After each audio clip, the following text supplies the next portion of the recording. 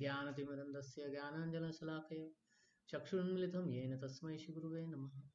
श्रीचैतन्यमनोभीष्टं स्थापितं येन भूतले स्वयं रूपा कदा मह्यं ददाति स्वपदान्तिकम्। वन्देऽहं श्रीगुरोः श्रीयुक्तापदकमलं श्रीगुरुं वैष्णवांश श्रीरूपं साग्रजातं सहगणरघुनाथान्वितं तं सजीवं साद्वैतं सावधूतं परिजनसहितं कृष्णचैतन्यदेवं श्रीराधाकृष्णपदान् सहगणललिता श्रीविशाखान्वितांश। हे कृष्ण करुणा सिंधु दीनबंधु जगत्पते गोपेश गोपिका कांत राधा कांत नमस्ते।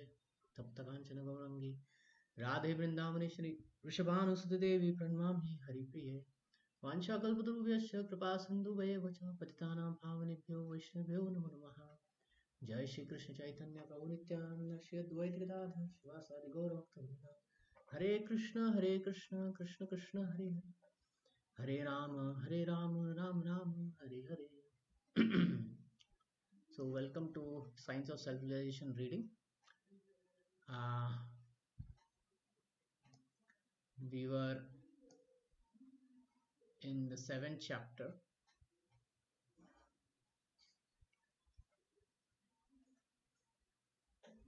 and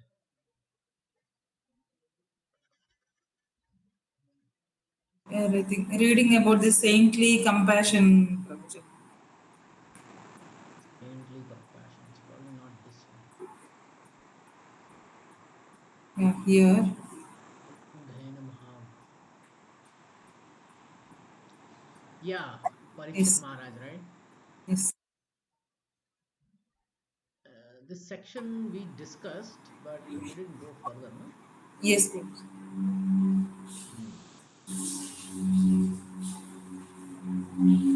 We couldn't able to hear that day properly. That's why we have stopped. Okay.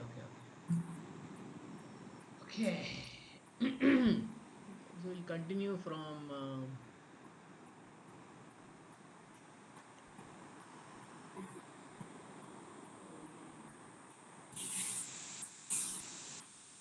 here.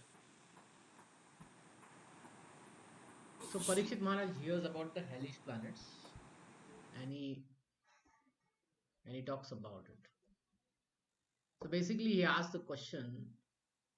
It's not there here; it will come later. But I'll just read. Parikshit Maharaj is a Vaishnava devotee, and a Vaishnava always feel compassion for other distress. He is very afflicted by the miseries of others. When Lord Jesus Christ presented himself, for instance, he was greatly afflicted by the miserable conditions of the people, regardless of which country regardless of which country or sect they belong to. All Vaishnavas or devotees or any people who are God conscious or Krishna conscious are thus compassionate. Therefore, to blaspheme a Vaishnava, a preacher of God's glory, is a great offense.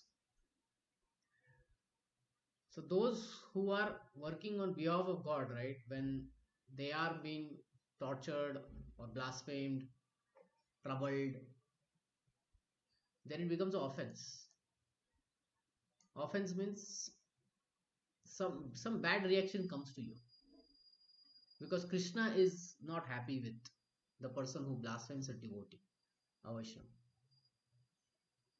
So we have to be very careful, should not blaspheme a devotee. Krishna, God, is never tolerant of offenses committed at the lotus feet of Vaishnava. Kripam Buddhi. A Vaishnava is an ocean of mercy. Vancha Kalpataru. Everyone has desires, but a Vaishnava can fulfill all desires. Kalpataru means desire tree.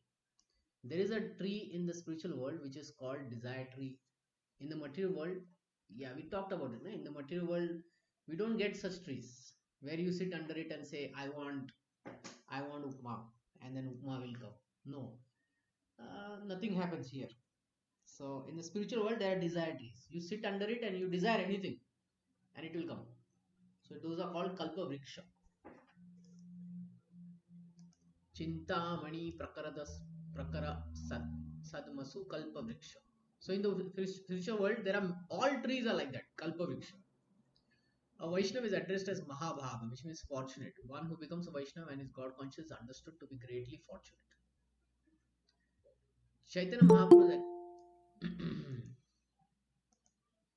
Uh, Chaitanya Mahaprabhu has explained that the living entities are rotating in different species of life, in different planet systems all over the universe. A living entity can go anywhere to hell or heaven and as he likes and as he prepares himself. There are many heavenly planets, many hellish planets, and many species of life. There are 8.4 million species of life. The living entity is rotating, wandering through all the species and creating bodies according to his mentality in the present life. As you sow, so shall you reap. So the living entity, the Atma, after death is going into many, many bodies. And it is just moving from one body to another, to another, to another. 8.4 million species, Sometimes animal body, sometimes aquatic body, sometimes tree body, sometimes human body, sometimes demigod body. And just going on and on and on, amoeba, bacteria, everything. This has to stop.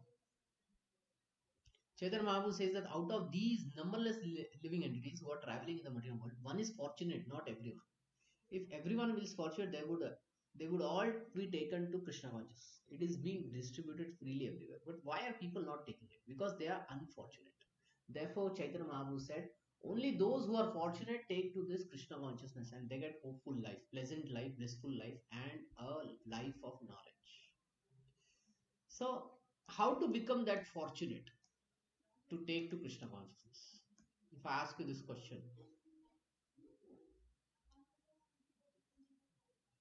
what would you think? How to become that fortunate?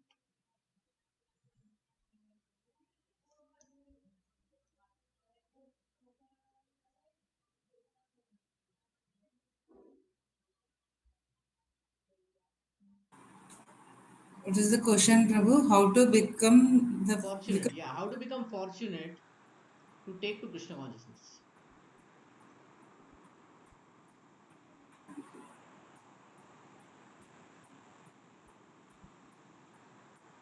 Actually, I'll give you the answer. Look, if we serve a Vaishnava sincerely, and whether that service be small or big, we immediately become fortunate. Because Krishna, who is Chaitanya Mahaprabhu, he becomes happy that this living entity has served my devotee. And that's how we become fortunate. And then bhakti comes in our life. A devotee, when he comes in our life, he brings bhakti to us. Okay. So therefore, service to Vaishnavas is very, very crucial. If we ever get service to Vaishnavas, we should do it. It is the duty of Vaishnava to go door to door to make the unfortunate people fortunate. A Vaishnava thinks, how can these people be delivered from their hellish life? That was Parikshit Maharaj's inquiry. Sir, you have described that on account of one's sinful activity, one is put into hellish conditions of life and in hellish planetary system. Now, what is the counter methods by which such person can be saved? This is the question. When a Vaishnava comes, when God comes, and when God's Son comes or his very confidential servants come, their only mission is to save the sinful men who are suffering. They have the knowledge to do this. Prahlad Maharaj, when Nrsimha Bhagan came to save him, there was a long discussion, and one of the verses was this, where Prahlad Maharaj speaks, my dear Lord, I am not very anxious for my deliverance. See, he was the most tortured person in the story. But when he talked with Nrsimha, he said, I am not anxious for my deliverance. I am anxious for everyone else. Mayavadi philosophers are very careful in their personal salvation, that their personal salvation is not interrupted. They think if I go and preach in association with others, I may fall down and my realization will be finished. Therefore, they do not come. Only the Vaishnavas come at the risk of fall down, but they do not fall down. They may even go to hell to deliver the conditioned soul. This is Prahlad Maharaj. He says, Naivo Duje. I am not very anxious about about living in this material world. Prahlad Maharaj says further, I have no anxiety for myself because somehow or the other I have been trained to be always Krishna conscious. Because he is Krishna conscious, he is confident that in next life he is going to Krishna. It is stated in Bhagavad Gita that one who executes the Krishna conscious regulative principles carefully, it is certain that he will reach the supreme destination in his next life. Okay, okay. Can someone read one or two paragraphs? Yes, Prabhuji. Before we go further, Prabhuji, I have few questions. Yeah. So Vaishnava to go door to door to make unfortunate people to fortunate. It means so we have to yeah, we have to bring them into this Krishna consciousness or whatever. We have tell them about the connection between us and the God. This we have to preach. That's what it is conveying, right? But even that 10 offenses, we should whoever doesn't have the faith on God, we should not preach to them. That is also mentioned, right, in that Yes. offense Yes. how to take this. So the thing is, na, Yes, when we preach, we don't download the whole thing. We give a little thing which is very important. Those little things are Krishna Prasad, you know, books written by Srila Prabhupada, and we say you chant Hare Krishna. okay. Now, if we see the reaction of this is the response of the person is that he is receptive and he says, yes, yes, this is very nice, I like it, then it's fine.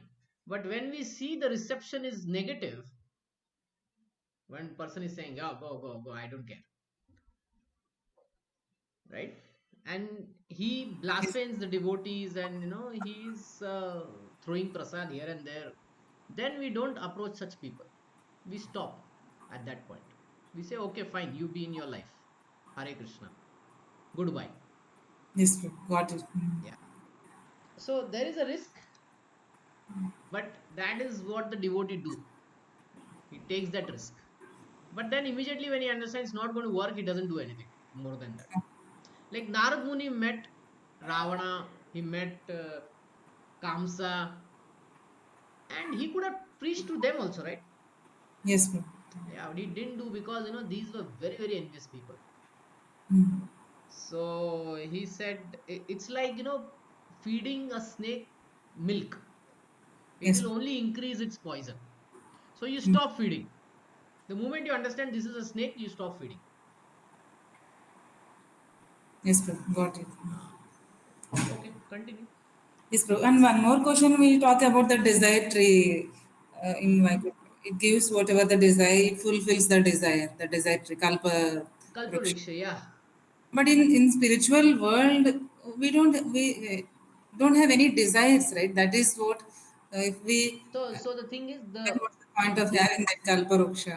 no, we don't have desires. No, we have desires. Okay. We'll always have desires. Okay, in the material world, the desires are directed towards ourselves only. I want to enjoy. But in the spiritual world, all desires are directed towards Krishna should enjoy. So there, they see Kalpavriksha tree, they say mango. So Kalpavriksha tree gives mango, and he runs to Krishna and says, Krishna, please eat mango. Yes. If we get a Kalpavriksha tree, we will take mango and we will eat it ourselves only, right? Yes, bro. Yeah, Got it. like like you can see in a woman who has just become a mother. Wherever she walks, whatever she sees, the only thing that she thinks is this good for my child or not? Yes, bro. I mean, she may have hundreds of desires to do shopping, but the moment she became a mother, those first few months or first year, whatever she is looking at, she's only thinking, is this good for my son or is this good for my baby? Right? She's not thinking I have to do makeup, I have to buy gold, I have to buy jewelry, right? Yes, bro. So uh, so that's how in the spiritual world everybody is just thinking of how to satisfy Krishna. And Krishna is thinking how to satisfy everyone. Yeah, that is also there. But in the material world, such a desire is not there. Okay,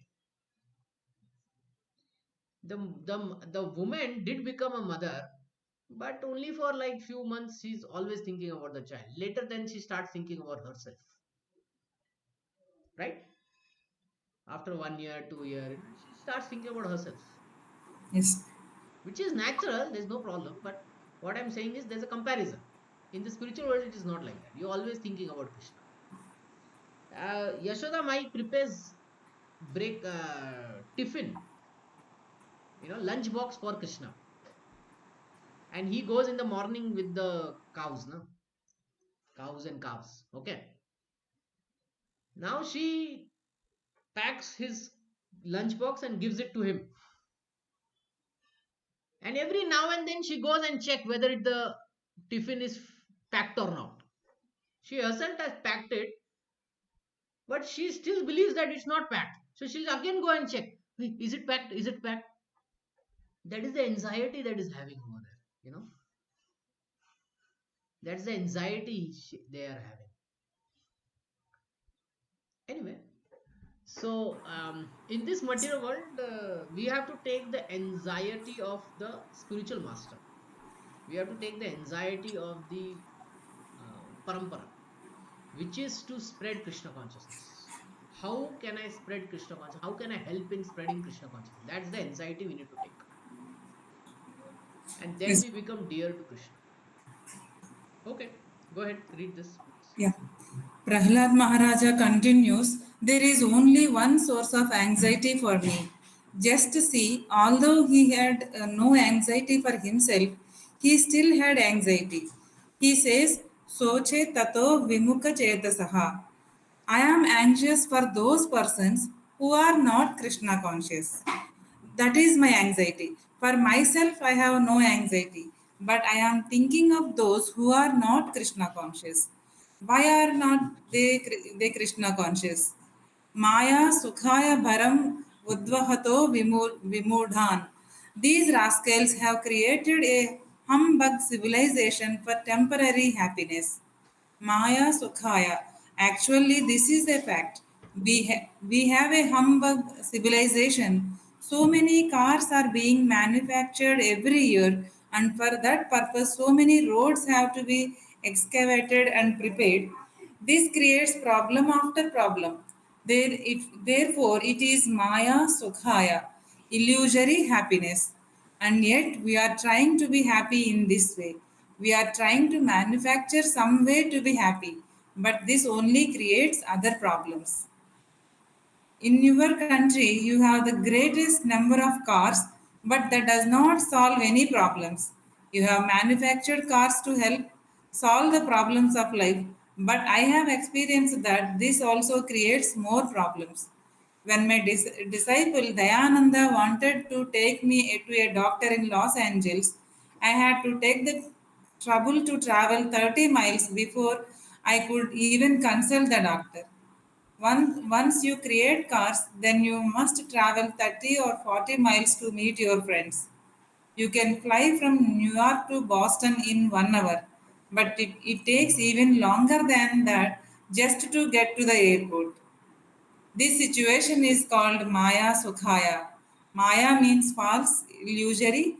We are trying to create some very comfortable situation, but we have created another uncomfortable situation. Yeah. So Maya Sukhaya means this is false Sukh. This is false happiness. And Prabhupada gives the example of flying. We are able to fly huge places, but to just to get to the airport and to come out of that airport, it takes equal time. We may travel to Delhi in 2 hours, but from Delhi to get to the place that we want to go, it will take 1.5 hours, right? Yes, Prabhuji. That is the So situation. yeah, so even in Prabhupada's times, this problem was there. It's not just today; it is even there also. So any solution that we make in this world, it will always have a discomfort associated with it.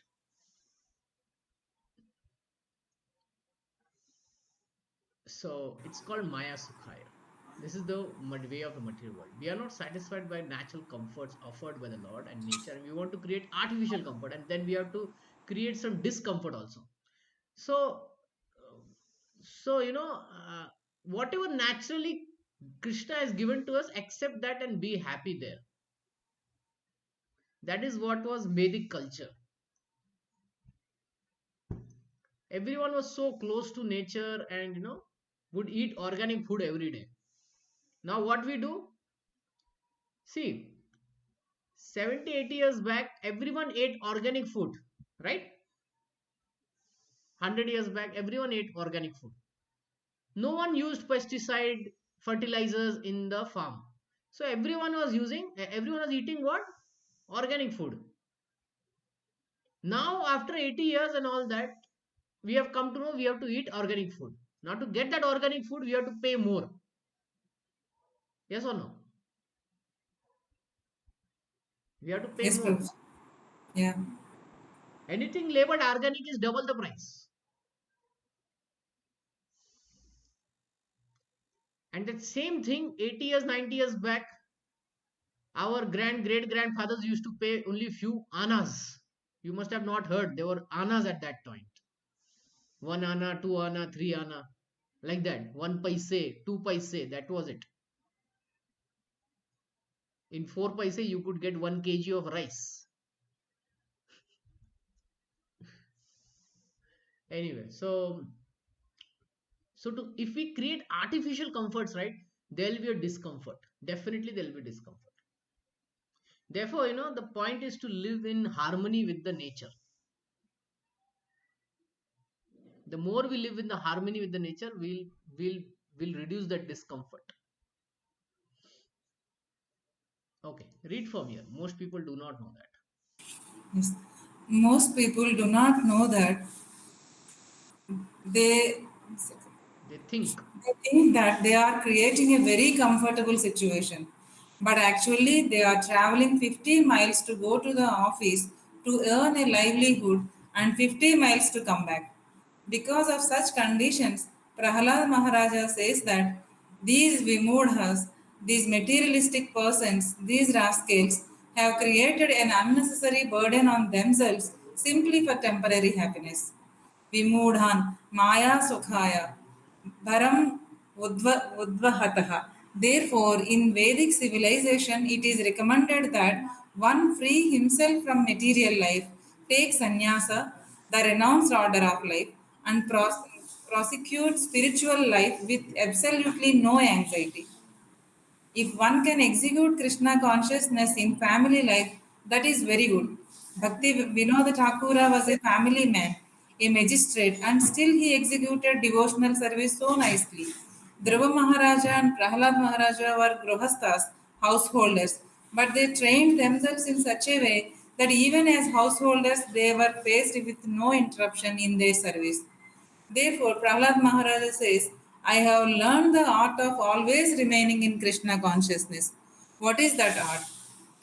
Tvad Gayana, Mahamruta Magna Chittaha, simply glorifying the victorious activities and pastimes of the Lord. Virya means very heroic. Krishna's activities are heroic. You can read about them in Krishna, the Supreme Personality of Godhead. Krishna's name, his fame, his activities, his associates, and all other things related to him are heroic.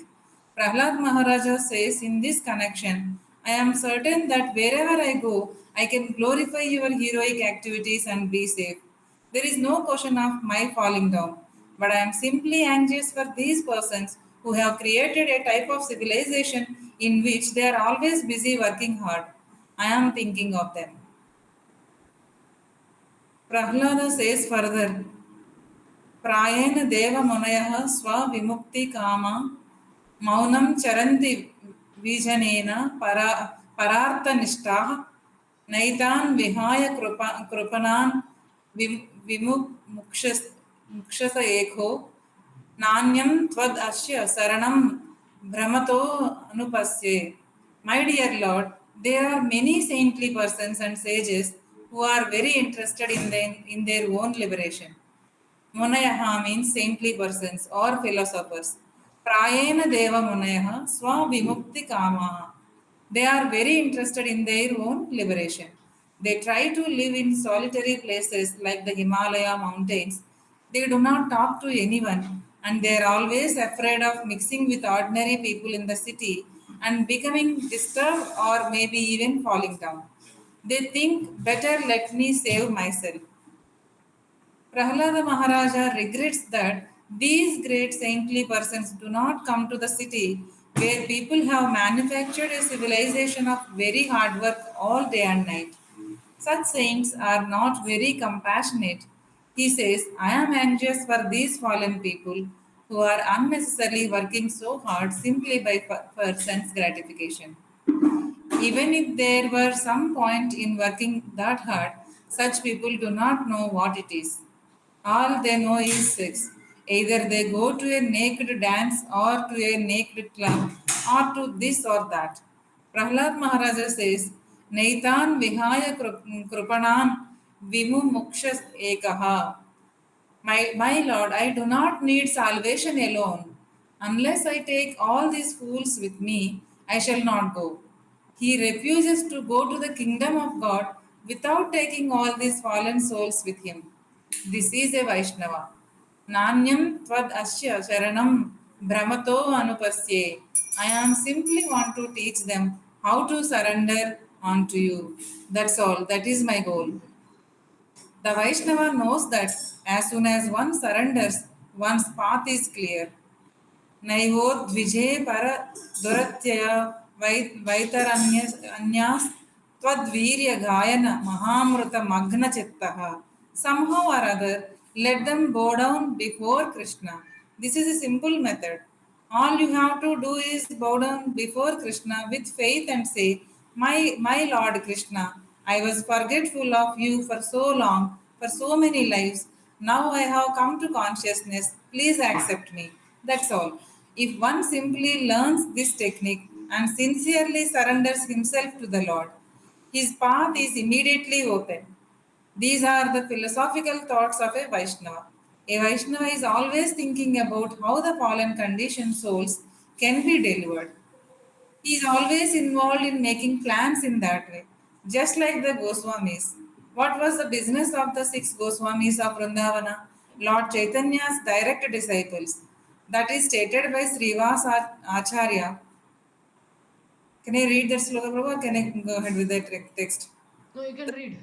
Nana Shastra Vicharanaika Nipuno Sadharma Samstapako Lokanam Hitakarino Tribhuvane Manyo Sharanya Karo Radha Krishna Padaravinda Bhajana Nene Nandena Mattaliko Vande Rupa Sanatana Yeah. Raghu Sanatana Raghu Yugo Shri Jiva Gopalako. The six Goswamis, namely Sri Sanatana Goswami, Sri Rupa Goswami, Sri Raghunatha Bhatta Goswami, Sri Raghunatha Dasa Goswami, Sri Jiva Goswami, and Sri Gopala Bhatta Goswami, are very expert in scrutinizingly studying the revealed scriptures with the aim of establishing eternal religious principles for the benefit of all human beings. They are always absorbed in the mood of the gopis and are engaged in the transcendental loving service of Radha and Krishna. Yeah. So these six Goswamis, Sanatan Goswami, Rupa Goswami, they are the head of it. Among the two, also Rupa Goswami is the one. So these two were ministers, big ministers in the Nizam kingdom. And when they came to know about Chaitanya Mahaprabhu, they wanted to dedicate. So they were jailed. The Nizam king didn't want to go there. So then they had to bribe the jailer and they ran. They ran to Vrindavan. Raghunath Bhatta Goswami. Raghunath Das Goswami was coming from a very rich family, amazingly rich, hundreds and thousands of acres of land. And his family was also devotee. But he wanted to join Chaitanya Mahaprabhu and become a renunciate. So he ran from home. Then Sri Jiva Goswami.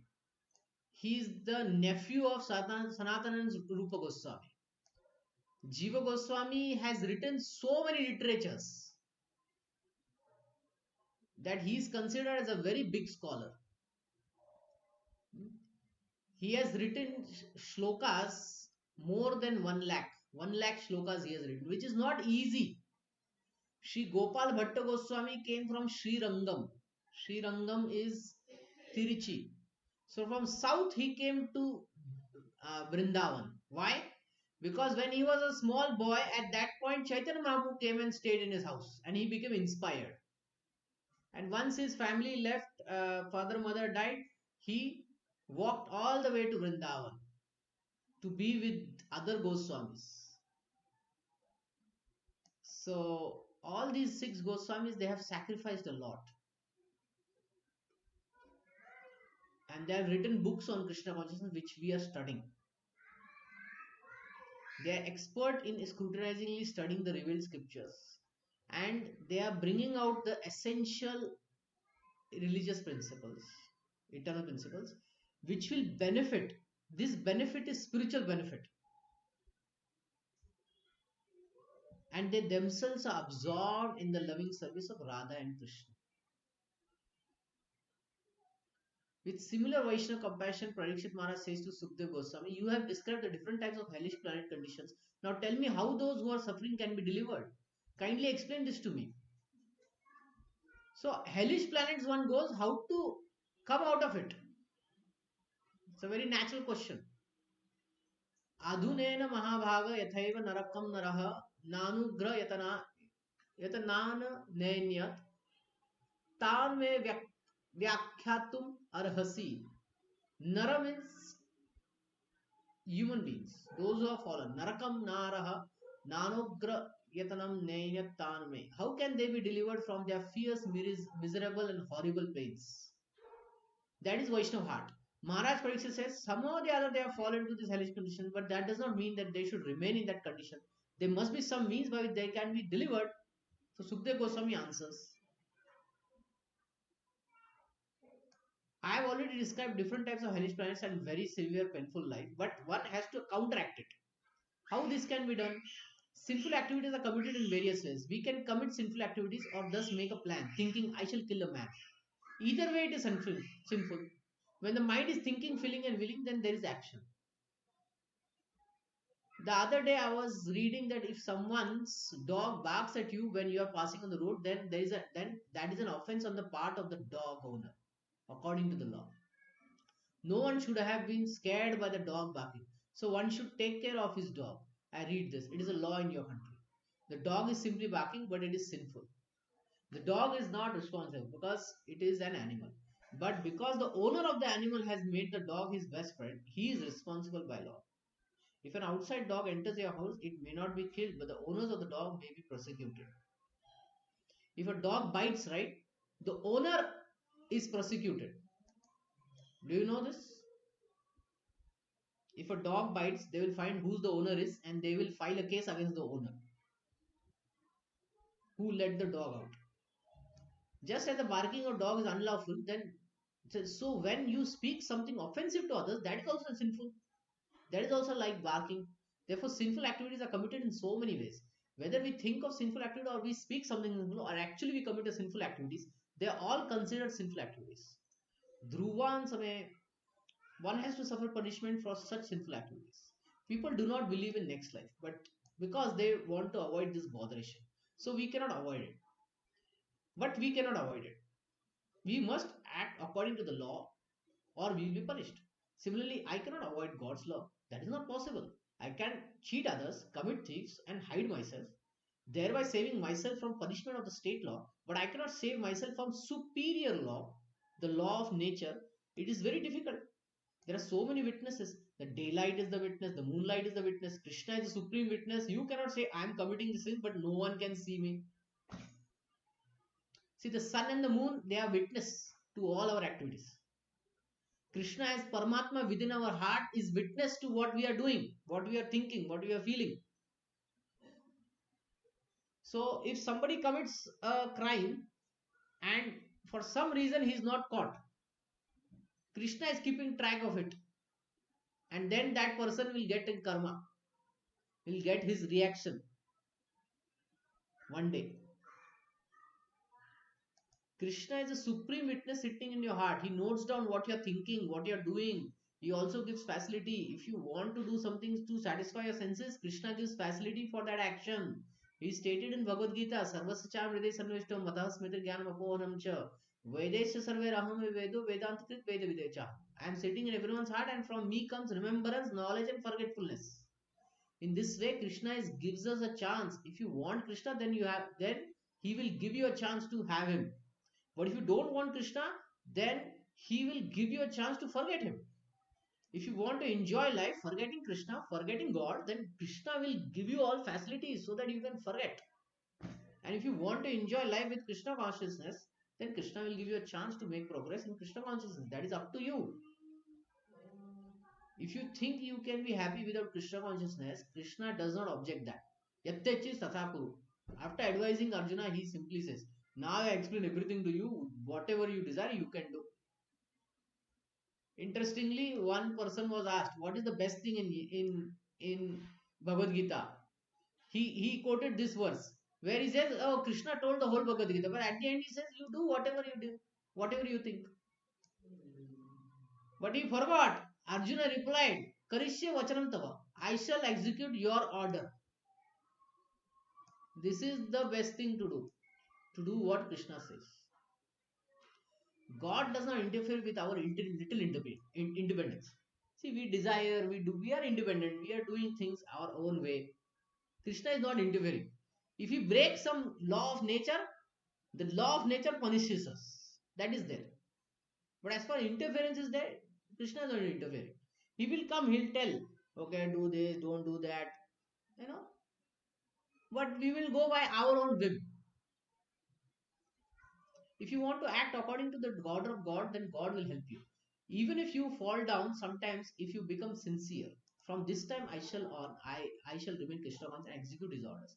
Then Krishna will help you. In all respects, even if you fall down, he will excuse you and give you more intelligence. This intelligence will say, don't do this. Now go on with your duty. But if you want to forget Krishna and if you want to become happy without Krishna, then he will give you so many chances that you will forget Krishna life after life.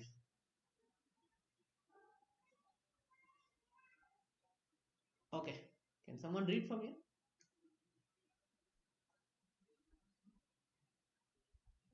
Can someone read?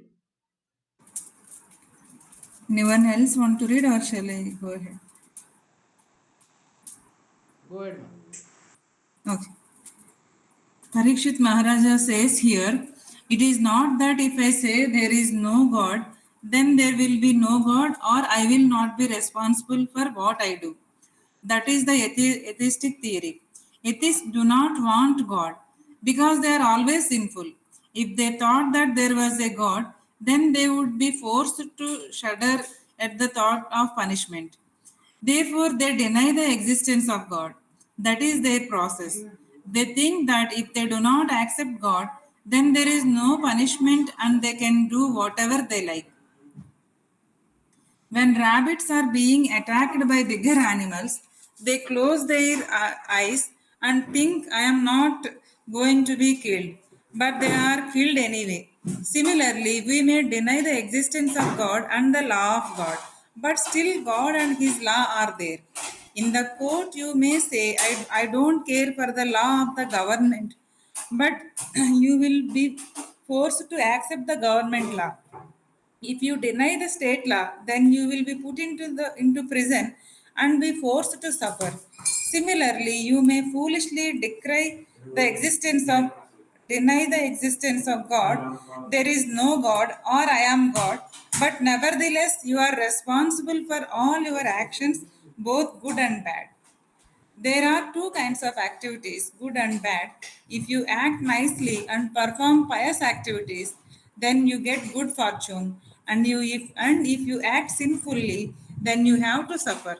Therefore, Sukadev Goswami says, Tasmat Purai Vaishva Iha Papa Nishkrutau या तेता मृत्योर अविपद्यतात्मना दोषस्य दृष्ट्वा गुरु लाघवं यथा बैशक् चितिक्षेत Rujam Nidanavit. There are different kinds of atonement. If you commit some sin and counteract it by something else, that is atonement. There are examples of this in the Christian Bible. Sukadeva Goswami says, you should know that you are responsible, and according to the gravity of sinful life, you should accept some type of atonement as described in the Shastras, the scriptures. Actually, just as when one is deceased, he must go to a doctor and pay doctor bills as a form of atonement. According to the Vedic way of life, there is a class of Brahmanas to whom one should go for the prescribed atonement according to the sins one commits. Sukadev Goswami says that one has to execute the prescribed atonement according to the gravity of one's sinful life. He continues the example Doshasya Drushtva Guru Laghavam Yata Bishak Chik, chik, Chikitseta Rujam Nindhanavit. When you consult a physician, he prescribes an inexpensive medicine or a costly medicine according to the gravity of the disease. If you simply have a headache, he may prescribe an aspirin. But if you have something very severe, he immediately prescribes a surgical operation that will cost $1,000. Similarly, sinful life is a diseased condition.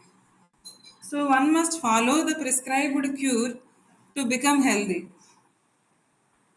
Acceptance of the chain of birth and death is a diseased condition of the soul. The soul has no birth and death and no disease because it is spirit. Krishna says in Bhagavad Gita 2.20, Najayate, the soul has no birth, and Mriyate, it has no death. Nityaha Shashvato Ayam Purano, Na Hanyate Hanyamane Sarire. The soul is eternal and everlasting. It is not lost with the dissolution of this body. Nahanyate hanyamane sarire. Hanyate means that it is not killed or destroyed even after the destruction of this body. The missing point of modern civilization is that there is no educational system to instruct people on what happens after death. Thus, we have the most defective education. Because without this knowledge of what happens after death, one dies like an animal. The animal does not know that he is he is going to have another body. He has no such knowledge. So, what happens after death is never in our education system, right? It's never in our education system. So, therefore, we are like Yes. animals. We are only focused on the grass that we get. I'm getting a big salary, that's it. I'm able to buy a home, that's it. You know, there's nothing that makes me think that, oh, what I have to do in next life, how to better my situation in next life. All thought is going on how to be better in present life only and the future of the present life, that's it, but not after death. So this is our big defect in our education system. Human life is not for becoming animal. One should not simply be interested in eating, sleeping, sex life, and defense. You may have a very nice arrangement of eating, very nice building for sleeping, and a very good arrangement of sex life, or a very good defense force to protect you. But that does not mean that you are a human being. That type of civilization is animal life. Animals are also interested in eating, sleeping, sex life, and according to their own methods, they defend also. Where then is the distinction between human life and animal life if you simply engage in these four principles of bodily nature? The distinction is made when a human being is inquisitive. What have I, no, sorry, why have been put into this miserable condition? Is there any remedy for it? Is there any perpetual eternal life? I do not want to die. I want to live very happy and peaceful. Is there a chance of this? What is that method? What is that science? What is that science that will take me out of this life and death, you know, out of this miserable condition? Is there a eternal place where I won't get any misery? When these inquiries are there and steps are taken to answer these questions, That is human civilization. Otherwise, it's just a doggish civilization, animal civilization. Animals are satisfied with what they can eat, sleep, and have some sex and have some defense. Actually, there is no defense because no one can protect himself from the hands of cruel death. Even animals also die. Hiranyakashipu, for instance, wanted to live forever, and so he underwent severe austerities. So-called scientists are now saying that we shall stop death by scientific methods. That is also another crazy utterance. It is not possible. It's like a post-dated check. You don't take any post-dated check from anyone. Similarly, don't take it from the scientist.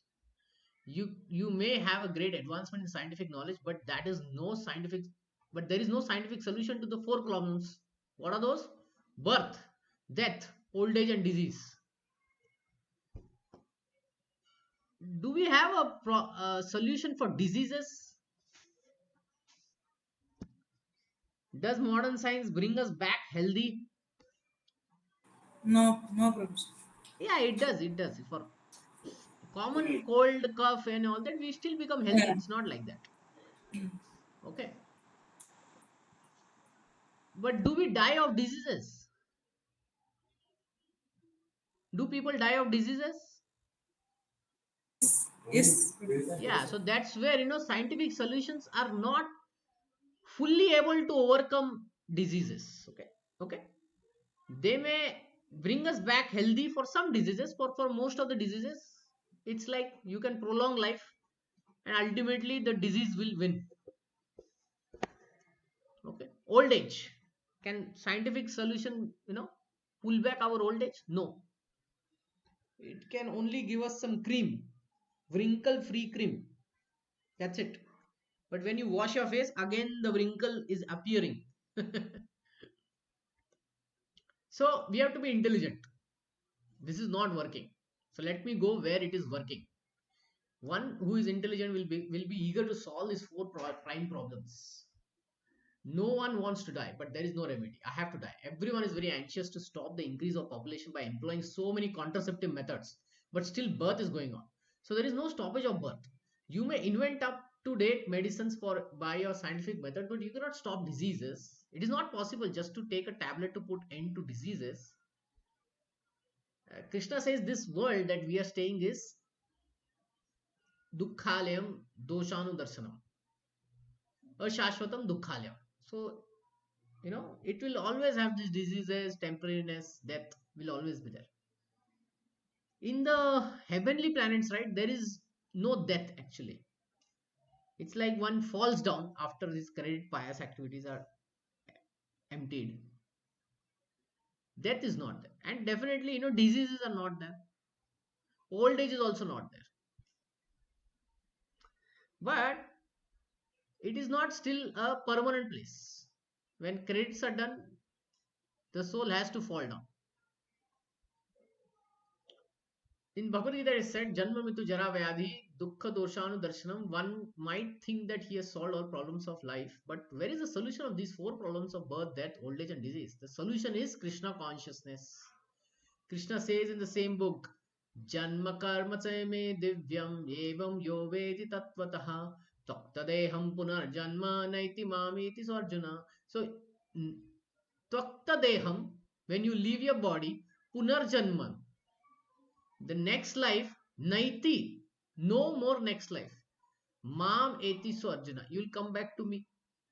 How? If we know Tattvataha, if we know Krishna in truth, his activities, his birth, everything, if you know, if it is Divyam, it's transcendental, then there is no more taking birth in this world. We'll go back to Krishna. This is the solution for all the four problems. You go back to Krishna, you will always remain eternal. Every one of us is giving up their body at every moment. The last phase of giving up the body is called death. But Krishna says, anyone who understands my appearance and disappearance and my activities, not superficially, but in truth, after giving up this body, he never again accepts a material body. What happens to such a person? Mamiti. He returns to Krishna.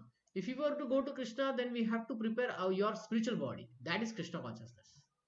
If you keep yourself in Krishna consciousness, then gradually you will prepare your next body, a spiritual body, which will carry you immediately to Krishna Loka. the abode of Krishna, and you'll become happy and you'll live there perpetual and blissful. Krishna consciousness means our mind is filled with Krishna. So at the time of death, what will happen? We'll only remember Krishna. So we will go back to Krishna by Krishna's own law, right? Okay. Okay. Before we go to the next section, any questions or comments?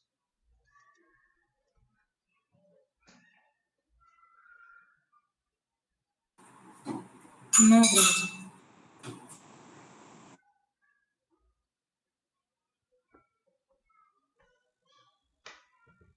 Okay. They have given everything to Krishna, and that is never a mistake. In his letter to Liney, maybe Lenny, Ludwig, Srila Prabhupada says, kindly forgive my beloved disciples for any unkindness or indiscretion on their part. After all, to give up one's life completely for serving the Lord is not an easy thing, and Maya, or the illusory material energy, tries especially hard again to entrap who have left her service to become devotees. They have become a little detached from Maya's love or lust, and they want Krishna's love or endless, fully rewarding love. But that have not yet developed to that point. That's all. Your Grace, we accept this letter with love. Kmart, San Fernando. This is probably in California. We have talked with two of your boys at different times, and both have negative outlook towards the people they meet.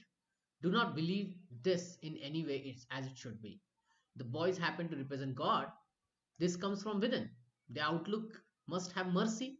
We realize this, therefore, handpick these little pieces of heaven to place in the middle of these people, or else it will defeat your purpose.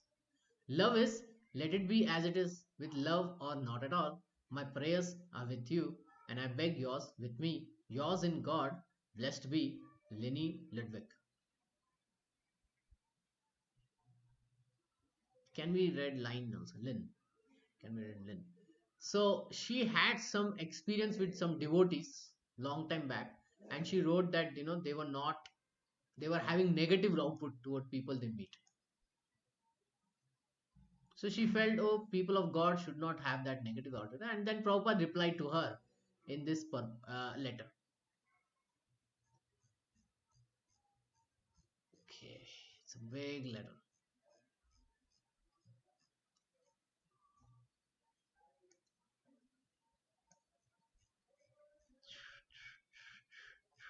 Okay, can anyone read from here?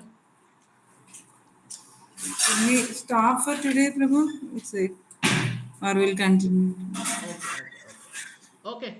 Okay, we can continue tomorrow. Any question or comment?